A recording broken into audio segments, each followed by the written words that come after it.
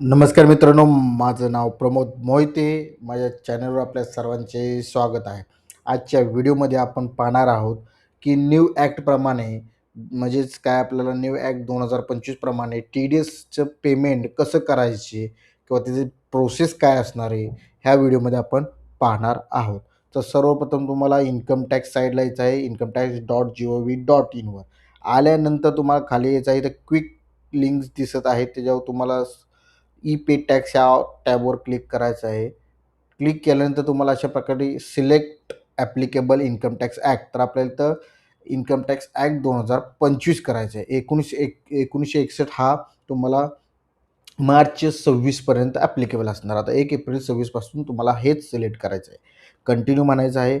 इथं तुमचा कंपनीचा टॅन नंबर काय करायचा आहे, एंटर करायचा आहे आणि नंतर तुमचा खाली मोबाईल नंबर टाकायचा आहे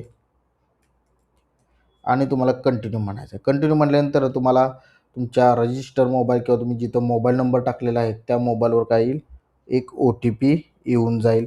तो आपल्याला इथं काय करायचा आहे, एंटर करायचा आहे. तर ओ-टी-पी आपण एंटर करत आहोत. त्यानंतर कंटिन्यू म्हणायचं आहे. कंटिन्यू म्हटल्यानंतर तुम्हाला इथं तुमचा टॅन नंबर आणि जे काही टॅनवर नेम असेल ते व्हेरीफाय होईल. ते व्हेरीफाय करून कंटिन्यू म्हणायचं आहे. इथं तुम्हाला 26-27 असेसमेंट इयर काय करायचं आहे, चॉईस करायचं आहे किंवा टॅक्स इयर म्हणू शकतो आपण. 26-27 करायचं आहे. कारण की आता आपलं जे काही टॅक्स भरतो आहे आपण किंवा टी-डी-एस भरतो आहे तो आपण 26-27 भरतो आहे. तर इथं टॅक्स इयर आहे. इथं आपल्याला कधी-कधी काय होत होतं, असेसमेंट इयर येत होतं. आता इथं टॅक्स इयर हा ऑप्शन आलेला आहे. आता इथं पे टी-डी-एस/टी-सी-एसवर क्लिक करायचं आहे. इथं तुम्ही बघू शकता चेंजेस झालेले आहेत. जुन्या चलनमध्ये हा जो खालचा ऑप्शन आहे तो नसायचा. आता त्यात ॲड केलेला आहे. आता तुम्हाला टॅक्स ॲप्लिकेबल मेजर हेड, त्या तुम्हाला अदर दॅन कंपनी डिडक्ट आहे किंवा कंपनी डिडक्ट आहे. तर आपला अदर दॅन कंपनी डिडक्ट आहे आणि तो जो आपण ज्याचा टी-डी-एस डिडक्ट केलेला आहे तो रेसिडेन्स डिडक्ट आहे का नॉन रेसिडेंट, तर रेसिडेंट डिडक्ट आहे. कंटिन्यू म्हणायचं आहे. त्याचबरोबर तुम्ही इथं बघू शकता TCS section wise payment detail of payments. इथं तुम्हाला डिस्क्रिप्शन आहे. तुम्ही कोणत्या सेक्शन खाली किंवा कोणत्या नेचर ऑफ पेमेंट खाली टी-डी-एस कट करत आहात तिथं करत. आता आपण प्रोफेशन फी वर क्लिक करत आहोत. तर इथं अशा प्रकारे तुम्ही सर्च करू शकता जर तुम्हाला सापडत नसेल. इथे बघा, इथं आहे तुम्हाला प्रोफेशन फी वगैरे, फीज अँड टेक्निकल आहे, professional not being a professional services, असे तुम्हाला इथं सेक्शन आहेत. आता इथं तुम्ही हे करू शकता any sum way fees for professional services, बरोबर. आता तुमचा टॅक्स किती आहे जे तुम्हाला इथं एंटर करायचा आहे. तर तुम्ही इथं टाकलेलं आहे जी काय टॅक्सची, जी काय आपण टी-डी-एस डिडक्ट केलेला आहे.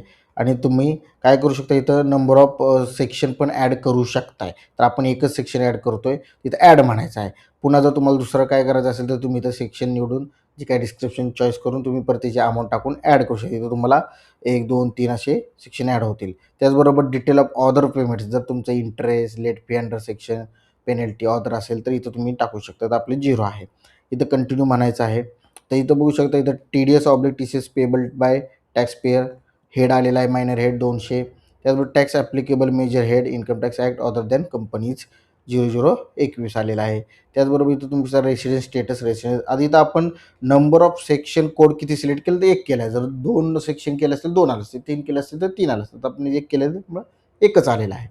खाली यायचं आहे आणि ते कंटिन्यू म्हणायचं आहे. कंटिन्यू म्हटल्यानंतर तुम्हाला इथं पेमेंटचा ऑप्शन जे काय असेल तुमचा सुटेबल ते तुम्हाला चॉईस करायचं आहे आणि पेमेंट काय करायचं आहे, करायचं आहे आणि कंटिन्यू म्हणायचं आहे. कंटिन्यू म्हटल्यानंतर तुम्हाला अशा प्रकारे पेमेंट डिटेल्सचे एक चलनचा फॉर्मॅट येईल. टॅक्स इयर 26-27 इन्कम टॅक्स हे तुम्हाला चेक करायचं आहे. चेक केल्यानंतर तुम्ही इथं बघू शकता आपलं डिस्क्रिप्शन आलेलं आहे आणि पे नाव म्हणायचं आहे. पे नाव म्हटल्यानंतर तुम्हाला एक टर्म अँड कंडिशन येतील, हे ॲक्सेप्ट करायचं आहे. Submit to bank. आता तुम्हाला इथं वेट करायचं आहे. वेट केल्यानंतर तुम्ही इथं बघू शकता आपण यू-पी-आयने पण भरू शकतो आहे आणि इथं तुम्हाला आता स्कॅनर आलेलं तर आपण काय करू, स्कॅन करून पेड करू किंवा तुम्ही नेट बँकिंगनं जे तुम्हाला सुटेबल पेमेंटचं ऑप्शन आहे तुम्ही चॉईस करू शकताय आणि तिथून तुम्ही टी-डी-एसचं पेमेंट काय करू शकताय, सबमिट करू शकता किंवा भरू शकता. आता आपल्याला वेट करायचं आहे. आपण पेमेंट करत आहोत. पेमेंट केल्यानंतर तुम्हाला इथं चलन पण तुम्हाला डाउनलोड करून दाखवतो, जेणेकरून तुम्हाला पण एक माहिती होऊन जाईल की न्यू टॅक्स ॲक्टप्रमाणे चलन कसं असणार आहे. तर तुम्ही आता इथं पेमेंट आपण करत आहोत. तर पेमेंट केलेलं आहे. तर इथं तुम्हाला रिफ्लेक्ट होऊन जाईल. रिफ्लेक्ट झाल्यानंतर तुम्हाला इथं चलन प्रोसेस होऊन जाईल. आता हे आपलं बघा पेमेंट सक्सेसफुली झालेलं आहे. तर त्यामध्ये तुम्हाला अशा प्रकारे चलन आलेलं आहे आता आपल्याला. तर डाउनलोड म्हणायचं आहे. डाउनलोड म्हटल्यानंतर ना तुमचं चलन डाउनलोड होऊन जाईल. अशा प्रकारे हे आपला जो काही इन्कम टॅक्स ॲक्ट आहे त्याप्रमाणे आपण काय केलेलं आहे, भरलेलं आहे चलन. आता हे बघा तुमचा इथं टॅन नंबर आलेला आहे, कंपनीचं नाव आलेलं आहे, तुमचा initial tax year of block period 26-27 आलेला आहे, मेजर हेड हे तुम्हाला तर जुन्या चलनमध्ये येतच होतं. इथं तुम्ही आपण ₹1000 भरलेले आहेत, यू-पी-आय थ्रू भरलेले आहेत. चलन डेट बघा तुम्ही, आजची डेट आपण भरलेलं आहे. त्याचबरोबर BSR कोड, चलन आणि इथेही बघू शकता तुम्ही TDS section wise payment detail.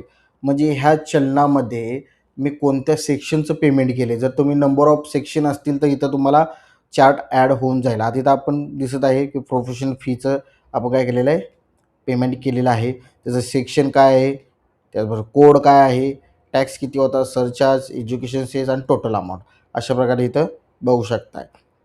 अशा प्रकारे तुम्ही काय करू शकताय आणि पेड करू शकताय.